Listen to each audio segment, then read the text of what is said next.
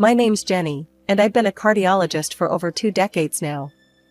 Life's thrown its fair share of curveballs at me, but I've managed to catch most of them. Well, except for that disaster of a marriage I got myself into. I met Tom when I was fresh out of med school. He was charming, funny, and seemed like the perfect guy to start a family with. My parents, though? They hated him from day one.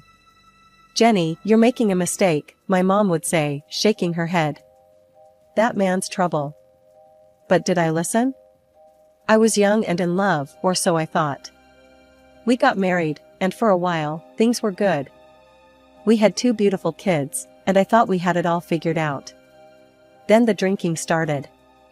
At first, it was just a beer or 2 after work. Then it became a 6-pack. Before I knew it, Tom was stumbling home at 2 a.m., reeking of booze, and God knows what else. "Where the hell have you been?" I'd ask, trying to keep my voice down so I wouldn't wake the kids. "None of your damn business," he'd slur, pushing past me to collapse on the couch. I tried to make it work, I really did. For the kids, you know? But after years of broken promises and drunken rages, I'd had enough. I packed up the kids and left. My parents? They weren't exactly supportive. "You made your bed, Jenny," my dad said coldly when I called to tell them. "Now lie in it." That hurt. But what hurt more was watching them dote on my younger sister, Sarah. She was always their favorite, even when we were kids. 10 years younger than me, Sarah was the baby of the family, and boy, did they spoil her rotten. I remember when I got accepted into med school. I was over the moon, but when I asked my parents for help with tuition, they shut me down. "We're saving that money for Sarah's future," my mom said, not even looking me in the eye. "You'll figure something out, Jenny. You always do." And figure it out I did. My grandparents, bless their hearts, stepped up and helped me out. Without them, I wouldn't be where I am today. So there I was, divorced with 2 kids to support. But you know what? I made it work. I threw myself into my career, worked my ass off, and managed to provide a good life for my kids. Funny thing is, even when I was doing well, my parents still couldn't see past Sarah. She became a teacher, married some hotshot businessman, and suddenly she was the golden child all over again. Life has a funny way of throwing curveballs when you least expect them. I thought I'd seen it all, but nothing could have prepared me for what happened when my parents passed away. I was the one who organized the funeral. Sarah? She was living it up in Hawaii with her businessman husband. Typical. I spent days arranging everything, from the flowers to the catering, all while dealing with my own grief. The day after the funeral, I headed to the notary's office. I wasn't expecting much, given how my parents had always favored Sarah, but what I heard left me speechless. "I'm sorry, Dr. Kirby," the notary said, adjusting his glasses. "But your parents will leave everything to your sister Sarah. You're not mentioned at all." I left the office in a daze.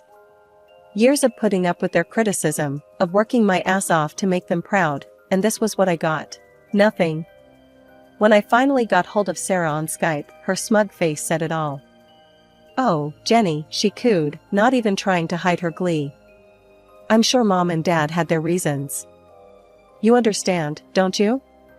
I wanted to scream, to reach through the screen and shake her. Instead, I just ended the call.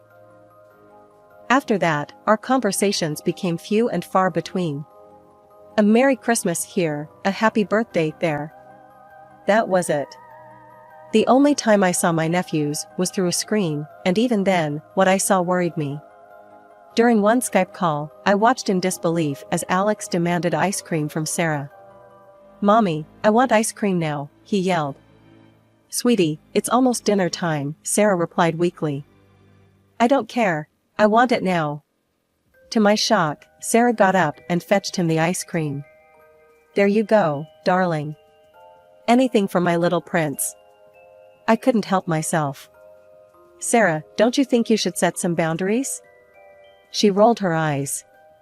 "Oh, Jenny, not this again. I'm raising my children to be free spirits." I don't want them to have the kind of trauma we had growing up. And just like that, the call ended. Despite all this drama, I managed to carve out a pretty good life for myself. I had a nice apartment in a good neighborhood, my kids were grown and doing well on their own, and I had my faithful companion, Buddy, a little Yorkie who never failed to brighten my day. After a long day at the hospital, there was nothing better than coming home to Buddy's excited yips and wagging tail. We'd curl up on the couch, me with a glass of wine and him with his favorite chew toy, and I'd feel at peace. "It's just you and me against the world, eh, Buddy?" I'd say, scratching behind his ears. Life was good, quiet, but good. I had my work, my dog, my cozy home. I thought I had it all figured out. It was a quiet Tuesday evening when my life got turned upside down. I had just settled on the couch with Buddy, ready to unwind after a grueling 12-hour shift at the hospital. Then came the knock. I opened the door to find Sarah, mascara streaked down her face, with Alex and Timmy in tow. "Jenny, thank God you're home," she blurted out, barging past me. "We need a place to stay." Before I could even process what was happening, the boys had already torn into my living room like a pair of tornadoes. "Whoa, hold on," I said, trying to corral them. "What's going on, Sarah?" She flopped dramatically onto my couch. "I had a fight with Robert. I'm teaching that bastard a lesson. Boys, say hi to your Aunt Jenny." But Alex and Timmy were too busy to acknowledge me.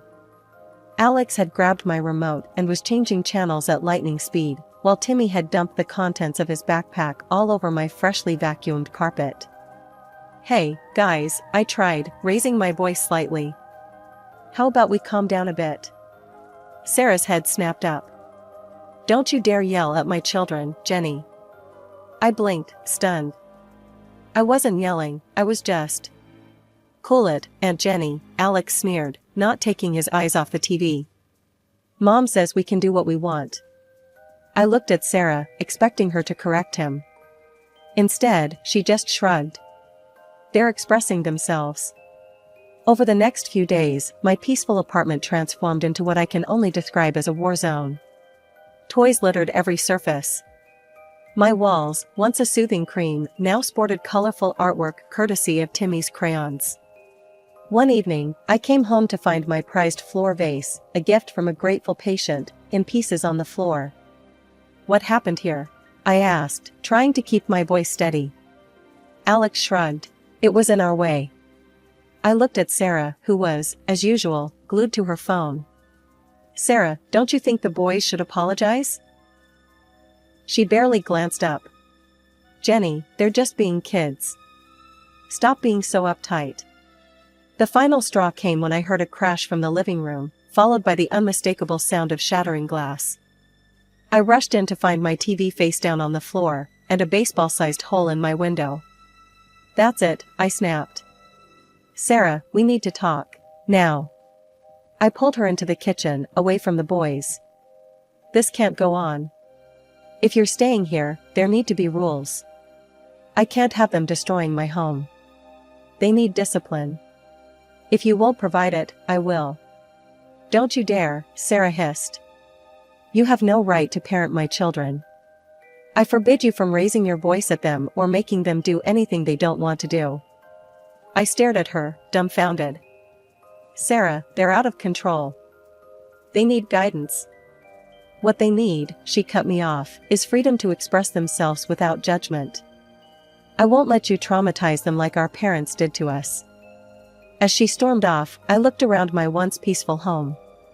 Broken items, scattered toys, crayon-covered walls. This wasn't expression. This was chaos. Just when I thought things couldn't get any worse, they did. It was a Wednesday afternoon, and I was rushing home from the hospital, praying that my apartment was still standing. As I fumbled for my keys, I felt a bony hand grab my arm. "Dr. Kirby," Jenny, Mrs. Johnson, my elderly neighbor, hissed. Her face was red with anger. "We need to talk now." Before I could protest, she was dragging me down the stairs and out the back door of our building. Strewn across the ground beneath my windows was a sea of garbage. toys, food wrappers, even some of my medical journals. It looked like a landfill had exploded. Your nephews, Mrs. Johnson spat, have been throwing things at passers-by. For fun. I felt the blood drain from my face. Mrs. Johnson, I'm so sorry. I had no idea. And the noise, she continued, her voice rising. All day long, it's screaming and shouting and God knows what else. I can't even hear my television. I stood there, mortified. Mrs. Johnson and I had always gotten along so well. She'd even watched Buddy for me when I had to work late. Now, she looked at me like I was public enemy number one. If this doesn't stop, she said, jabbing a finger at my chest, I'm calling the authorities. I mean it, Jenny, this is unacceptable. As soon as Mrs. Johnson went back inside, I stormed up to my apartment. I burst through the door to find Alex and Timmy sprawled on the couch, playing video games. Both of you, downstairs, now, I said, my voice low and dangerous. You're going to clean up every single thing you threw out that window. Right now. Alex barely looked up, but we don't wanna. I took a deep breath, trying to keep my cool. Listen to me very carefully. If you don't clean up that mess right now, I'm calling the police and telling them exactly what you've been up to. Your choice. Their eyes went wide. For the first time since they'd arrived, they actually looked scared. Without another word, they scrambled off the couch and headed for the door. I supervised as they picked up every scrap of garbage. It took over an hour, but by the end, the area was spotless. As we headed back upstairs, I laid down the law. If I ever catch you throwing anything out of a window again, I said, you'll be in serious trouble. Understand? They nodded silently, looking suitably chastened. I thought maybe, just maybe, we'd turned a corner. Then Sarah came home. What's this I hear about you threatening my children? She shrieked, slamming the door behind her. I tried to explain about Mrs. Johnson, about the garbage, about the risk of someone getting hurt. But Sarah wasn't having any of it. You cruel, heartless scum, she spat. You're just like Mom and Dad, always trying to control everyone. Well, I won't let you traumatize my children like they traumatized us. As she stormed off to comfort Alex and Timmy, who were now crying crocodile tears, I slumped against the wall. How had my quiet, orderly life turned into such a nightmare? That day started like any other in this new, chaotic reality I was living in. Another long shift at the hospital, another dreaded return to what used to be my sanctuary. But as I opened the door, I immediately sensed something was wrong. Buddy? I called out, expecting to hear the familiar click of his nails on the hardwood floor. Nothing. I searched every room, my heart racing. Buddy, here, boy. Still nothing. Panic started to set in. I found Alex and Timmy in the living room, engrossed in their video games as usual. Have you seen Buddy? I asked, trying to keep my voice steady. Alex shrugged without looking up. Oh yeah, that yappy thing was annoying us, so we opened the door and shooed it away. I don't remember exactly what I said next. I know I yelled. I know I cried. The next thing I knew, I was running down the street, calling Buddy's name until my throat was raw. Buddy, please, boy, where are you? Tears streamed down my face as I searched. All I could think about was Buddy, scared and alone, possibly hurt, or worse. The thought of him lying somewhere, hit by a car. I couldn't bear it. I was about to call the police when my phone rang. An unfamiliar number. Hello? I answered, my voice shaking. Is this Dr. Jenny Kirby? A kind voice asked. We're calling from City Animal Shelter. We found a dog that we believe belongs to you. We were able to scan his microchip and get your information. I rushed to the shelter, tears of relief replacing my tears of fear. When I saw Buddy, safe and sound, I scooped him up and held him close, promising him I'd never let anything bad happen to him again. Back at the apartment, I was ready for a showdown. I found Sarah sprawled on the couch, engrossed in her phone as usual. We need to talk, I said, my voice hard. Do you have any idea what your boys did today? They kicked Buddy out onto the street. He could have been killed, Sarah. She rolled her eyes. Oh, relax. It's just a dog. I stared at her, dumbfounded. Sarah, Buddy is family. Your boys need to be punished for this. And for everything else they've done. This apartment is a disaster, things are broken, it's a mess. Not my problem, Sarah cut me off, still tapping away at her phone. It's your apartment, you clean it. I felt something snap inside me. That's it, I've had enough. You need to get your act together, Sarah. Start parenting your children, or what? She sneered, finally looking up at me. You'll kick us out? Go ahead. I'm sure Child Services would love to hear about how you abused your poor, homeless sister and her children. I stood there, speechless. This wasn't my sister. This manipulative, uncaring woman couldn't be the same girl I grew up with. As I watched her turn back to her phone, dismissing me entirely, I realized something had to change. The next morning, I arrived at the hospital early, my mind racing. I hadn't slept well, plagued by thoughts of Buddy's close call and Sarah's indifference. Before my first patient arrived, I decided to make a call I probably should have made weeks ago. I dialed Robert's number, hoping he'd pick up. On the third ring, he answered. Robert, I'm sorry to bother you, but I need to understand what's going on. Sarah showed up at my door weeks ago, saying you two had a fight. When is she planning to come home? There was a long pause, then a heavy sigh. Jenny, I'm sorry, but Sarah's not coming home. I've filed for divorce. What followed was a litany of revelations that left me reeling. Robert's voice cracked as he poured out the whole sorry tale. She quit her teaching job years ago, Jenny. Said she was too stressed. But she doesn't do anything at home either. The house is a disaster. The kids run wild. And she's always on that damn phone. I closed my eyes, remembering the state of my own apartment. I've noticed, I said quietly. She told me it was my job to support her, Robert continued. Said I should hire a housekeeper, a nanny. That she deserved to enjoy life. And then she started taking these vacations. Alone. Using the money from your parents' will. I thought she just needed some time to herself, you know? But then I found out. Jenny, she was cheating on me. Multiple times, with different men. I felt like I'd been doused with ice water. Oh, Robert, I breathed. I'm so sorry. His voice broke. I did DNA tests on the boys. Thank God they're mine, but I just can't do it anymore, Jenny. I kicked her out. I feel terrible about the boys, but I just couldn't. As Robert's voice faded into quiet sobs, I sat there, stunned. Robert, I said finally, I'm so sorry you've been through all this. Thank you for telling me. After we hung up, I leaned back in my chair, the full weight of the situation hitting me. Sarah wasn't here for a short stay. She wasn't teaching her husband a lesson. She was here because she had nowhere else to go. The realization that this might be a long-term arrangement made my head spin. How was I supposed to handle this? My tiny apartment wasn't meant for 4 people. My orderly life wasn't equipped for the chaos Sarah and her boys brought with them. But as I thought about Alex and Timmy, I felt a pang of sympathy. They were just kids, acting out because they'd never been taught any better.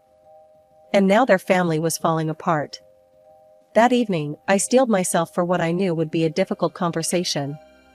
I found Sarah lounging on the couch, scrolling through her phone as usual.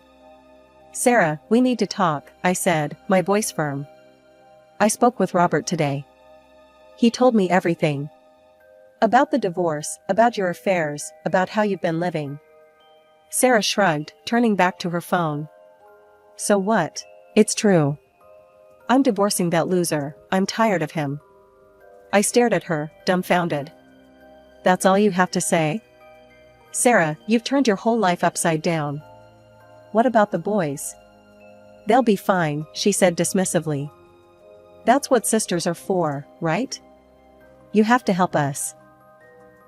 The casual way she said it, as if my support was a given, made my blood boil. I don't have to do anything, Sarah. You can't just expect me to pick up the pieces of your life. Oh, come on, she scoffed. It's not like you have anything better to do. No husband, no life outside work. Besides, Mom and Dad left me all that money. I can afford to take some time for myself. The mention of our parents will reopen old wounds. Speaking of that money, Sarah. Where is it? Because from what I can see, you're broke. She waved her hand dismissively. Oh, that? There were just crumbs left anyway. I felt my jaw drop. Crumbs? Sarah, they left you over $300,000. Yeah, and have you seen how expensive vacations are these days? She rolled her eyes as if I was the unreasonable one. I took a deep breath, trying to calm the rage building inside me. Listen to me very carefully, Sarah. This ends now. Either you start taking responsibility for your children and find a job, or you need to find somewhere else to live. You have 2 days to start making changes. I'd like to say that conversation was a turning point, that Sarah saw the error of her ways and decided to step up. But life isn't a fairy tale, and my sister, it seemed, was far past the point of redemption. 2 days later, I came home from a particularly grueling shift at the hospital. The apartment was quiet, too quiet. Alex and Timmy were sitting on the couch, looking lost and upset. Boys? Where's your mom? I asked, a sense of dread creeping over me. Timmy wordlessly pointed to a note on the coffee table. With shaking hands, I picked it up and read. Jenny, I've decided to take your advice and live my life. I'm still young, and I deserve to be happy. I've met someone who appreciates me for who I am. Since you're so concerned about the boys, you can raise them. You're an old maid anyway, so it's not like you have anything better to do. Sarah. I collapsed onto the sofa, the note crumpling in my fist. The boys watched me warily, fear and confusion in their eyes. I looked at their faces, these 2 boys who had been nothing but trouble since they arrived, but who were now just scared, abandoned children. My anger at Sarah was overwhelmed by a wave of protectiveness for her sons. With a heavy heart, I picked up the phone and called Robert. Robert, it's Sarah. She's gone. She left the boys here and took off with some guy she met. There was a long pause, then a deep sigh. I'll be right over. Robert arrived within the hour, his face a mix of anger and concern. When he saw Alex and Timmy, his expression softened. He knelt down and opened his arms, and the boys ran to him, finally letting out the tears they'd been holding back. Over the next few weeks, Robert and I worked together to create a stable environment for the boys. He filed for full custody, and I stood as a witness, recounting Sarah's neglectful behavior and eventual abandonment. The judge's decision was swift. Sarah was stripped of her parental rights. Robert became the boys' sole legal guardian. As the dust settled, I found myself in a new role, the fun aunt who actually got to be fun. Robert and I stayed in close contact, and I visited the boys often. Sometimes, I'd take them for weekends at my place, which was now blissfully peaceful and tidy again. The change in Alex and Timmy was remarkable. With Robert's patient guidance and consistent discipline, they transformed from wild, uncontrollable terrors into respectful, well-behaved young men. It wasn't always easy, there were plenty of bumps along the road, but the progress was undeniable. Years passed. Alex, always the dramatic one, discovered a passion for acting. At 15, he landed his first commercial gig. Before long, he was appearing in TV shows, his talent evident to everyone who saw him. I couldn't have been prouder. Then, out of the blue, my phone rang. It was a number I didn't recognize. Jenny? It's Sarah. I nearly dropped the phone. Sarah? Where are you? It's been years. I know.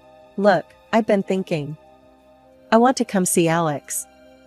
You know, reconnect. I heard he's doing well in acting. That's great. I'm his mother. Surely I have some rights to what he's earning. And there it was. The real reason for her call.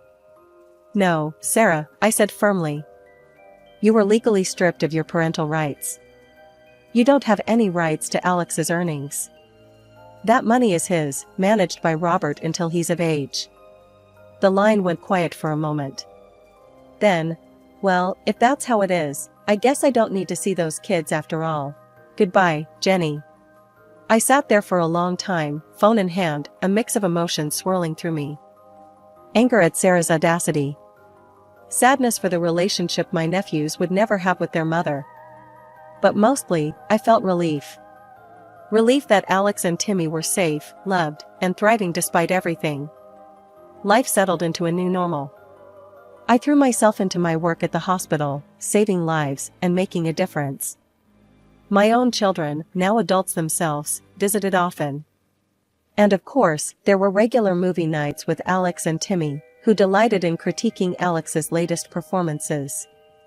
Through it all, Buddy remained my constant companion.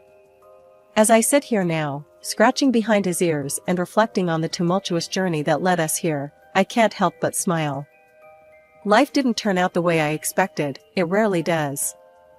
But sitting in my peaceful apartment, with the love of family, both blood and chosen, surrounding me, I realize I wouldn't have it any other way.